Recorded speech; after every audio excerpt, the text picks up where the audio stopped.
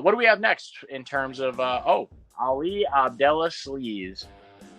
So this guy Ali, he's just on a whole thing right now, contradicting his fighters left and right, basically. So for starters, we have all of his fighters, including male fighters, including Beneil Dariush, Islam Makhachev, the whole roster, the whole kit and caboodle of Ali Abdela-SLEEZE's fighters, and they're saying that Charles Oliveira is afraid of Islam Makhachev, and that's why he chose to call out Conor McGregor rather than Islam or Beneil, which is funny that Ali keeps throwing that in there. I'm a Beneil Dariush supporter more than anybody else that I know, but Beneil is hurt and he's off there doing his own thing. But and you have Gilbert Burns, the one man on Ali's roster, saying that Charles could beat Islam. And that Muppet Ali is coming out the other way and going, no, Gilbert doesn't really believe that. It was such a funny back and forth between those two guys on Twitter, because typically Ali, it's a little bit of a known fact that Ali manages his fighters' Twitters as much as he manages his fighters' careers. So, Tom, say you were a fighter for Ali and you had an opinion, or Ali had an opinion actually, then he'd go in there and tweet something from his own account, like, yes, Charles is ducking Islam. And then he would take your Twitter and say Charles is ducking Islam. And then, take Kamaru's Twitter and say Charles is ducking Islam, and go right down the line. But funny enough, Gilbert Burns is the only guy on his roster saying that, no, Charles has a chance. And I actually have to agree with Gilbert. But even funnier is the two of them going back and forth now. I wonder if Gilbert locked Ali out of his Twitter and said, I've had enough of you tweeting for me, Ali. And then, the other thing that's interesting about Ali right now is Kayla Harrison for so long has wanted to fight Chris Cyborg in the worst way, it seems like. And Chris Cyborg is over at Bellator. Kayla Harrison just extended late last year to continue on with PFL. And, Kayla Harrison, the biggest argument against her legacy right now is, you're fighting nobodies over in the PFL right now. No name, lightweight, not lightweight division, but, just no name fighters. So she wants to go on and fight Chris Cyborg. She wants to go on and fight Amanda Nunes. And then you have Ali also directly contradicting her and saying that, well, even if that Chris Cyborg fight gets made against Kayla Harrison, I believe his exact words were, I wouldn't watch, nobody would give a shit. So, Ali, are you here to represent your fighters' interests or your own interests? What's your take on Ali contradicting everybody right now, Tom? What do you think?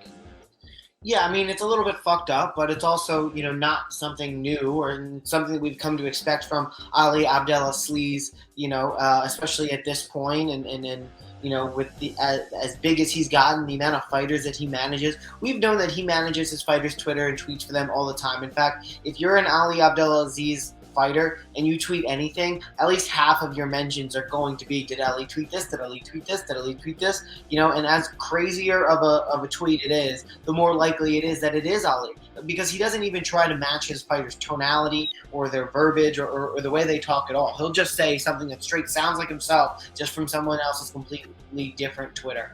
And listen, a lot of his fighters are at the top of the UFC, so maybe the guy is onto something and he knows what he's doing. So I can't really knock him in terms of what he does for his fighters, but at the same time, I mean, listen, I listened to I listened to Gilbert Burns talk to, I think it was the Schmo, about Charles Oliveira's jiu-jitsu. He's like, his jiu-jitsu is just so slick. It's the little things that he does, the way he cinches things up, the way he has you defending one thing and then he's slowly sneaking and working on another thing. Like, Gilbert Burns was extremely complimentary of Charles "Do Bronx" Oliveira's jiu-jitsu.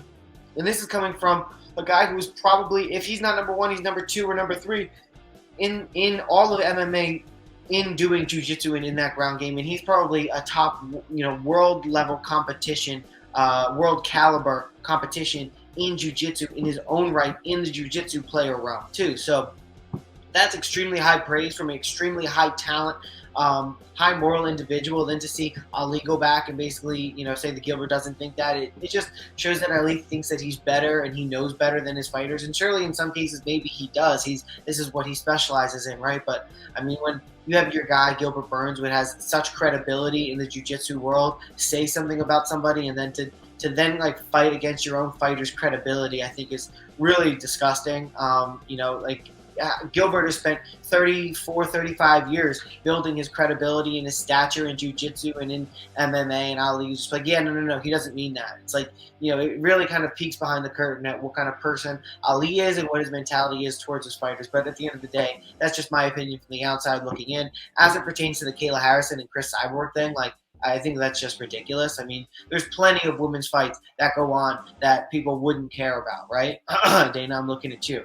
But, like, at the end of the day, like, Chris Cyborg versus Kayla Harrison is one of those fights where everyone would tune in. People who are casuals and don't pay attention to the sport would tune in. You have Cyborg, who looks like an absolute maniac. She's got the highlight reel to prove it. You have Kayla Harrison, who's been undefeated. She is jacked and shredded. I mean, these are two of the, like, we like freaks in America, you know what I mean? And in Japan, and even in fights too. Like, we like freaks, and people who, like, that's why we like bodybuilding competitions are immensely popular.